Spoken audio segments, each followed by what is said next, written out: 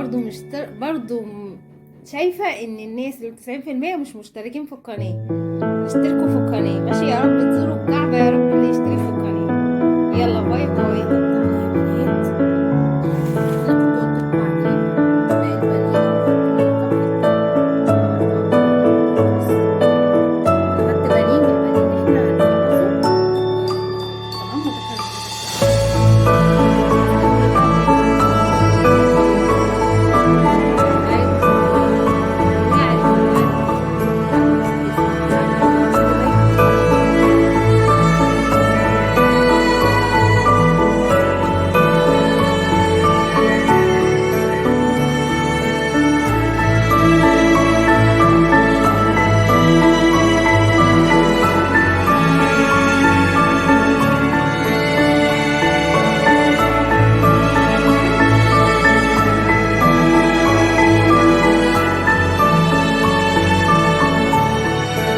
بصوا يا بنات، انا كده بعد الفرخه بتاعتي كده عندي 6 فخاد.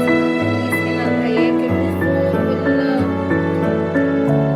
والاجنحه والحاجات اللي هي بتاعت الفراخ دي. وده كيلو البانيه اللي احنا وريته لكم في البدايه، وخدت منه شويه عملته الغدا وشلت الباقي. وانا قلت لكم لما تيجوا تفرزوا فراخ ما تفرزوش حاجه بالعظم خالص عشان بتسود، تمام.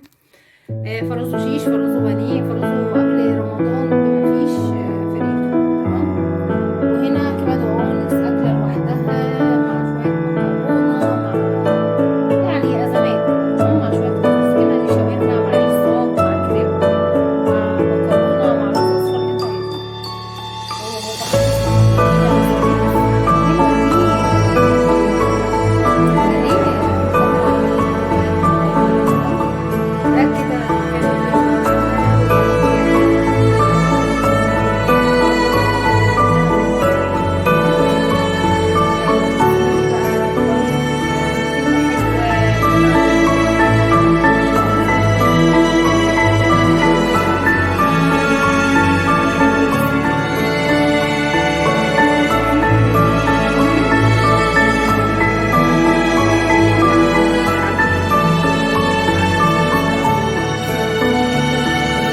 يعني. هرجع لكم تاني مشويات ان شاء الله في يوم الخميس تقعدوا تتفرجوا.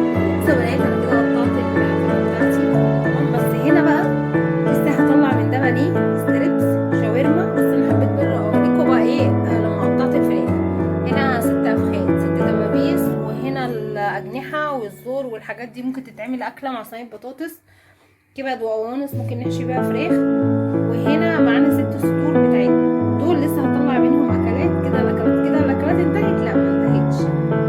كده ال6 صدور بتاعتنا لسه هنطلع منهم شاورما ستريبس شيش طاووق لان انا جايبه بانيه وانا وريتهولكم. هروح، بصوا، هشيل الجلد كده من فوق، تمام. هي اصلا شايفينها دول الفصين دي، هي اصلا ممكن تتمسح من الجلد، بس انا مش عايزه ابوظها. ماشي،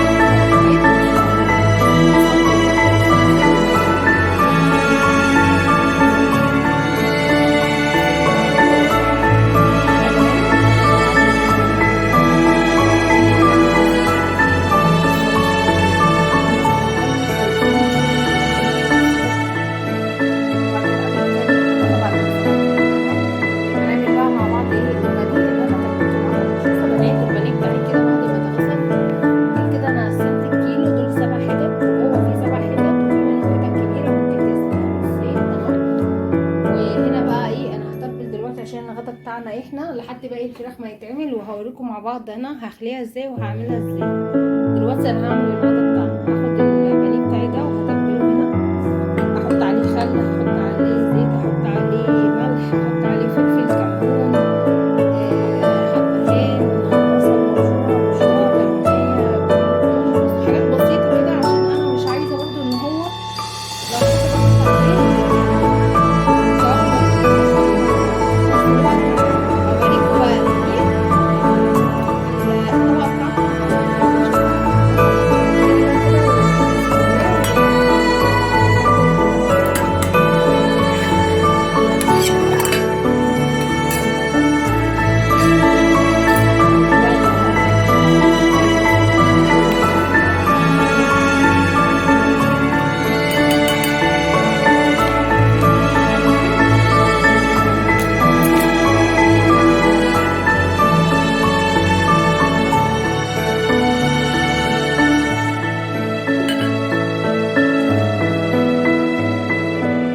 بصوا هحط حبة صغيرين من البقوليا معاها دي مدمرين السمك حبيني.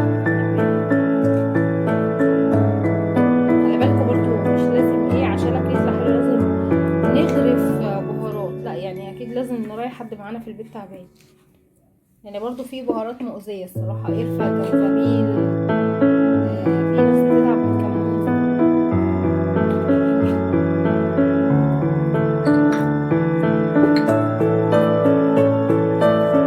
احط عليه ملح وحبة فلفل والتتبيلة بتاعتنا كده.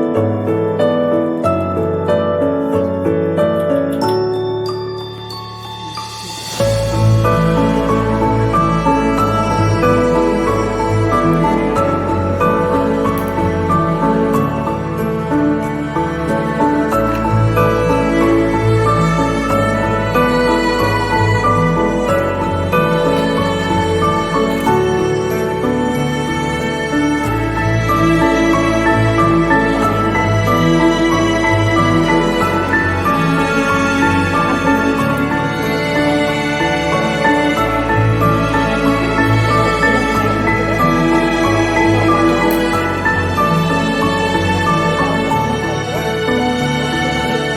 التلاجة تتقل مع نفسها.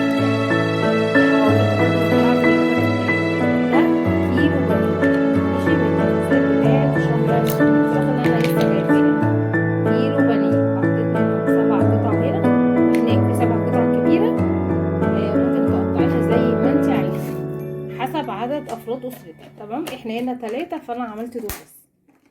ماشي، هتبل بقى البنات في التلاجة، هقلبهم مع